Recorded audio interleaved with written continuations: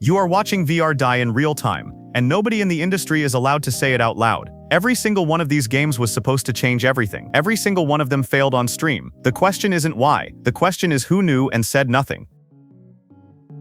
There's a streamer you've never heard of. In 2022, he had 40,000 followers on Twitch. Consistent numbers, growing channel, a real community. Then he switched to VR content full-time, because he genuinely believed in it, because he thought it was the future. 6 months later, he was back to flat games. Not because VR was bad, because every time he went live in a headset, his viewership dropped by 60%. He didn't quit VR. VR quit him. Empathetic. And his story isn't unique. It's the rule.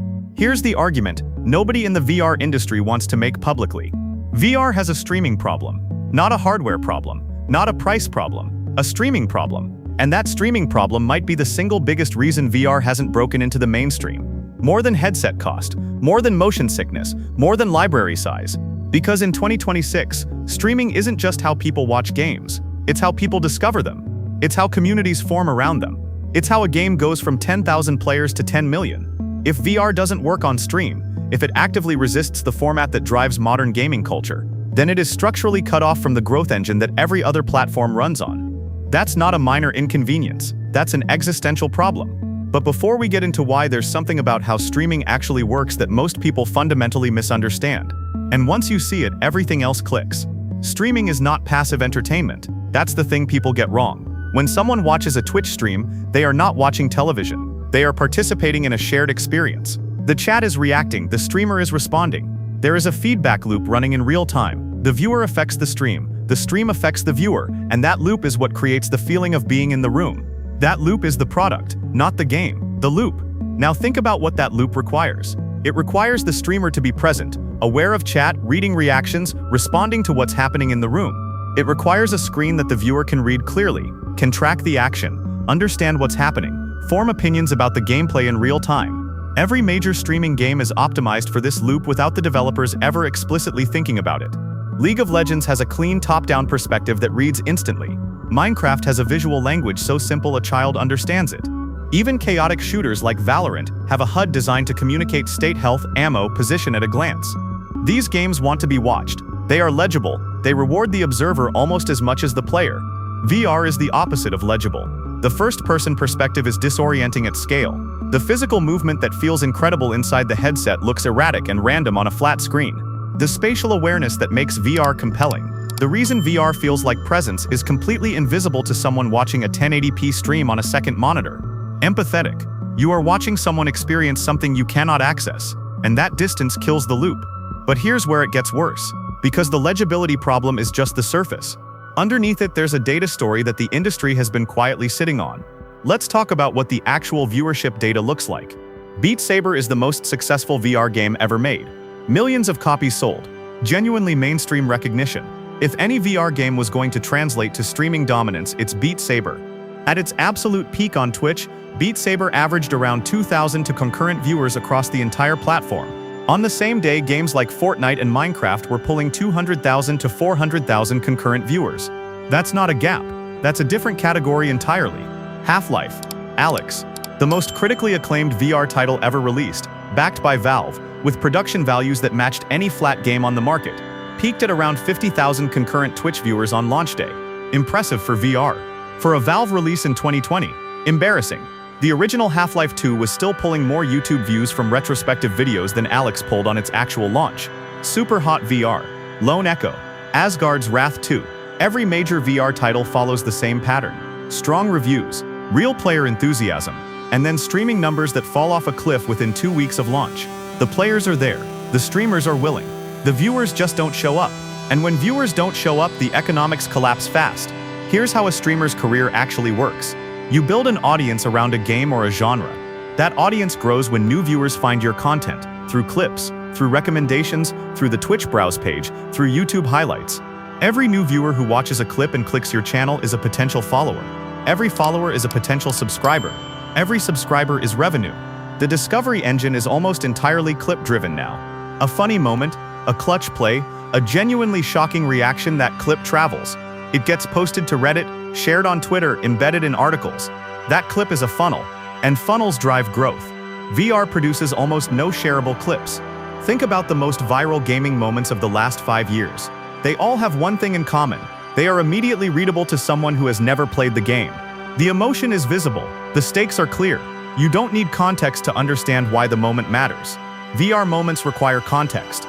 The physical comedy of someone flailing in a headset travels, but it travels as mockery, not as genuine engagement with the game. The actual skill expression in VR, the precision, the spatial awareness, the physical coordination, is invisible to a flat-screen viewer. You cannot clip your way to a VR audience, and without clips, the discovery funnel doesn't exist. So streamers make a rational economic decision. They look at the numbers, they look at what their VR streams do versus their flat game streams, and they choose flat games, not because they don't care about VR, but because the platform economy makes VR content financially irrational. Ludwig tried VR content. His numbers dropped. He went back to flat games.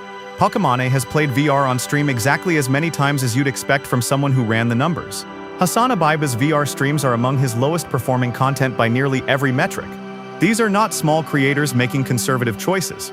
These are people with millions of followers and the flexibility to experiment. And VR still doesn't work for them. The problem isn't the streamers, it's the format. But here's the part that actually makes me angry.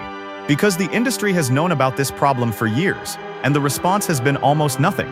There is a specific design decision that almost every VR game gets wrong. Spectator mode. A spectator mode isn't just a camera that shows what the player sees. A good spectator mode is a completely separate viewing experience, designed for someone who is not in the headset, optimized for readability, built to communicate the game's state to an observer who has no spatial context.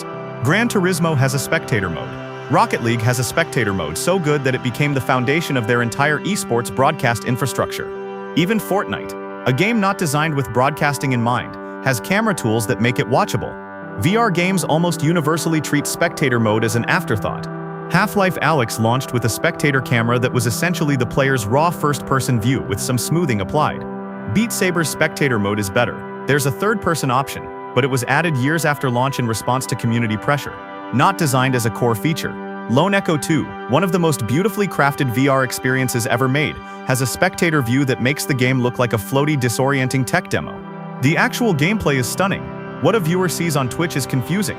This is a solvable problem. It is not a hard engineering challenge. It requires a developer to look at their game and ask, what does this look like to someone watching on a flat screen, and then design for that person. Almost nobody is asking that question. And the ones who are, nobody is listening to them. There's one more layer to this that gets almost no coverage. Chat interaction. On a standard stream, the feedback loop between streamer and chat is constant. The streamer glances at chat between actions, responds to a comment, reacts to a donation, makes a joke about something someone just said. That back and forth is what makes the stream feel alive, what makes a viewer feel like a participant rather than an observer. In VR, the streamer is inside a headset. They cannot see chat. They cannot glance at a second monitor. The physical act of playing VR occupies their entire perceptual field, their eyes, their hands, their spatial attention. To interact with chat, they have to either take the headset off, use a clunky overlay system, or rely entirely on audio alerts. None of those options maintain the loop. The streamer becomes isolated. The chat becomes a monologue nobody is reading. And the thing that makes streaming, the sense of shared presence, evaporates. Some streamers have built workarounds. They pause between VR sessions to check chat. They use text-to-speech at high volume. They run a second camera on their face so at least the physical reactions are visible. These are band-aids. They acknowledge the problem without solving it. And viewers feel that disconnection even when they can't articulate it. They just know the stream feels different, less interactive, less alive, and they leave. The retention curves on VR streams don't just drop, they drop fast. Viewers who would stay for 2 hours on a flat game stream are leaving within 30 minutes of a VR stream. That's not about the game being uninteresting. That's about the format breaking the social contract that streaming runs on. Here's what I cannot figure out. Every major VR platform, Meta, Valve, Sony, has access to Twitch and YouTube analytics. They can see exactly what their games do in the streaming ecosystem. They can see the viewership numbers, the retention curves, the clip share data. This information is not hidden. And yet the response from the industry has been almost completely silent. Meta's developer documentation for Quest games does not include a section on spectator mode best practices. Valve has not published guidelines for how VR developers should approach streaming integration. Sony's PSVR 2 developer tools have no standardized spectator API.